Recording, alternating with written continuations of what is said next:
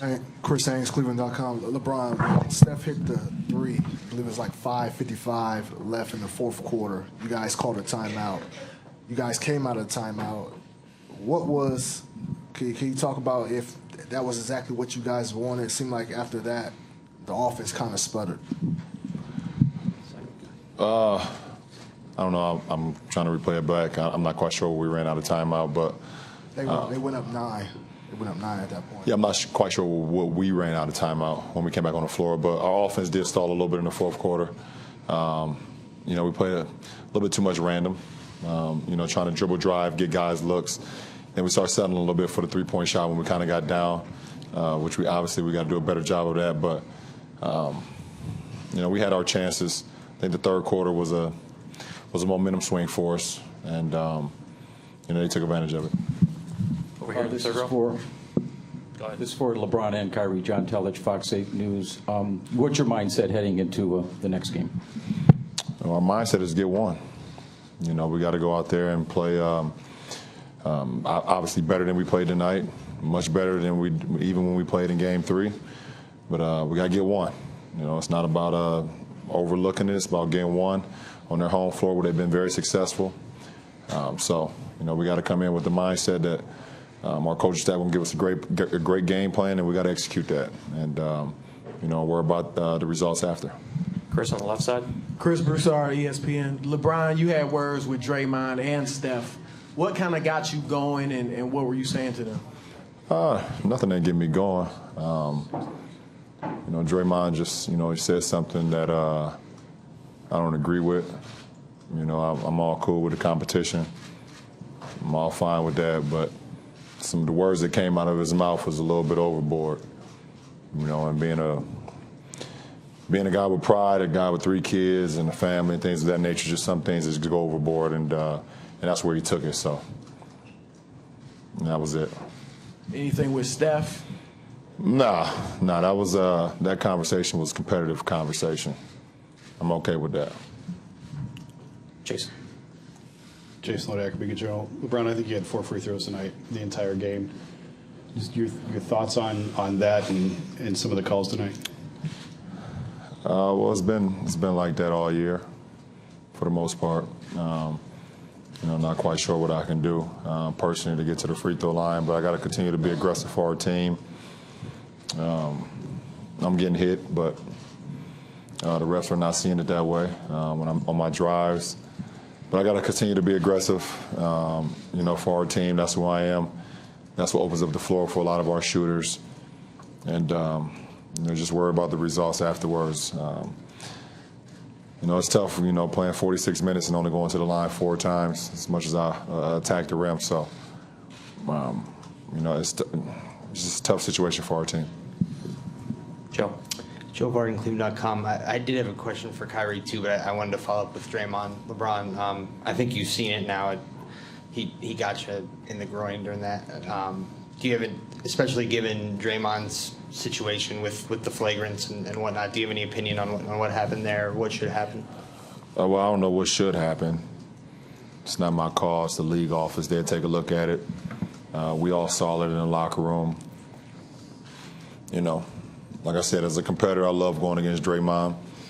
And I'm all about, going out there and leaving it all on the floor. But, when I get a little bit more than what it should be, then, that's what caused me to have words with him. So, as far as the play, I think the league will take a look at it.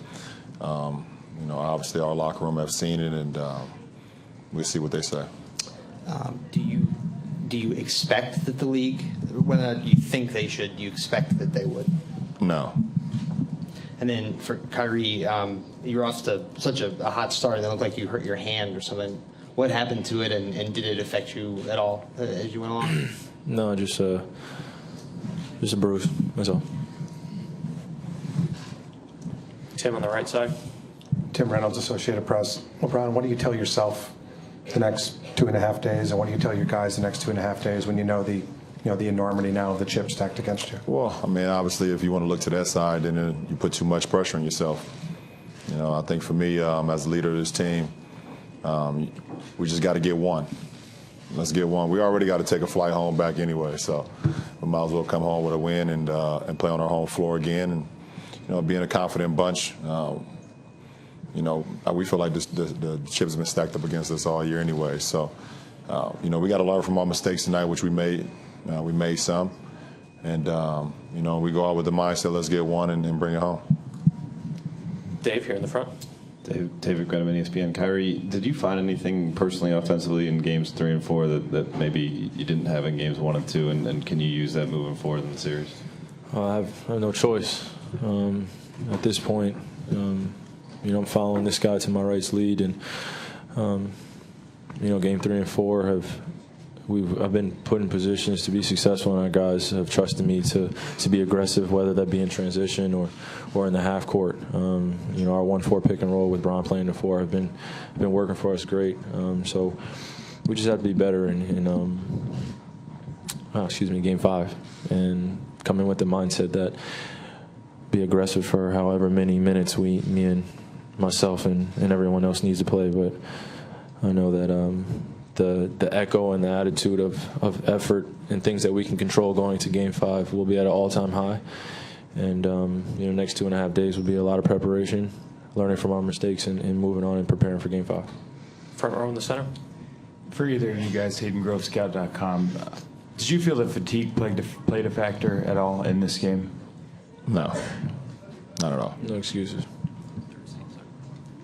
Second row. Chris Fedor, Cleveland.com. LeBron, for you and Kyrie combined for 33 of the 38 shot attempts in the second half. Is that a number that you're comfortable with in a game? Well, we got to be aggressive. Our coach and Coach Ludo, our coaching staff told us to be aggressive, and obviously we don't like to hear it in that form. We want to get our guys involved and keep our guys in a good rhythm. I just think it was just the way the game played out tonight. Mark in the center.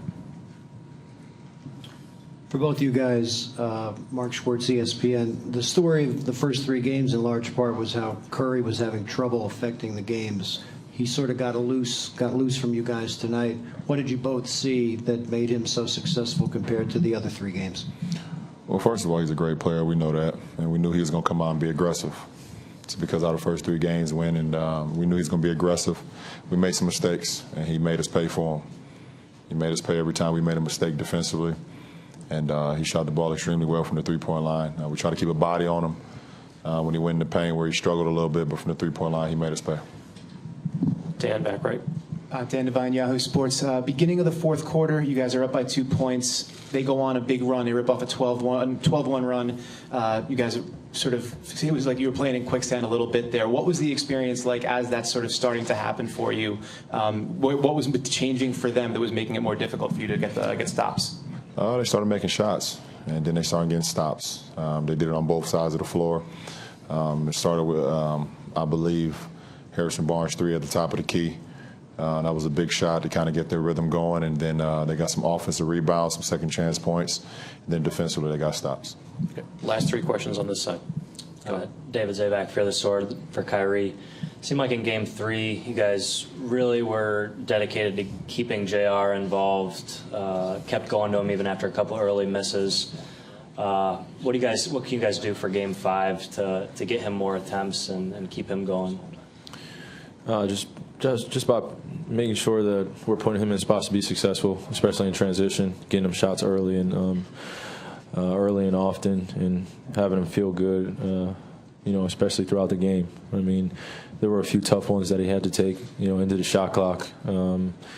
But for us, we're going to continue to go to JR no matter what. I mean, he's a big part of our team, and we know the impact that he has to have in order for us to be successful as a team.